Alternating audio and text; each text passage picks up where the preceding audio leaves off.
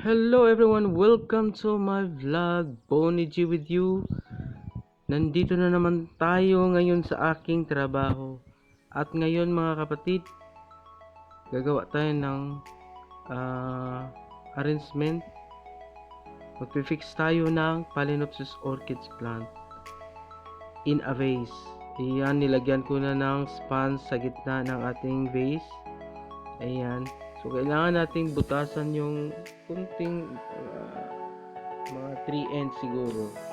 Ayan, butasan na yung gitna ng sponge para doon natin isalpak yung ating orchids na kulay puti. Ayan.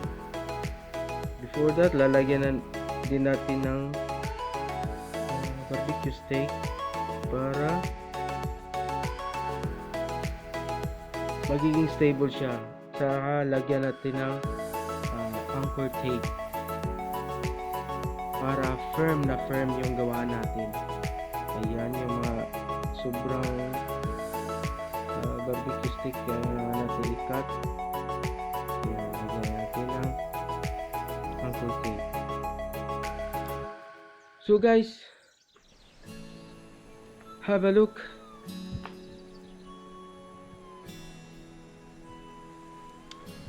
Siya nga pala mga kapatid, please don't forget to subscribe Bonnie G. Please don't forget to hit the notification bell for the next video na gagawin natin. Alright? Don't forget to like, share, comments down below. Alright? Stay tuned.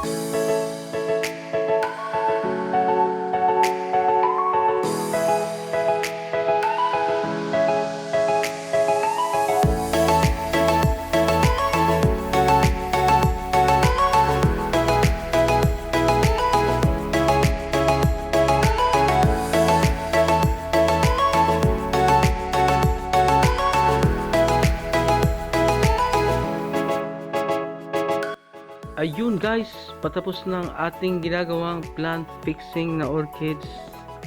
Ayun, please don't forget to subscribe, Bonnie G. Like and share, comments down below, hit the notification bells. Hasta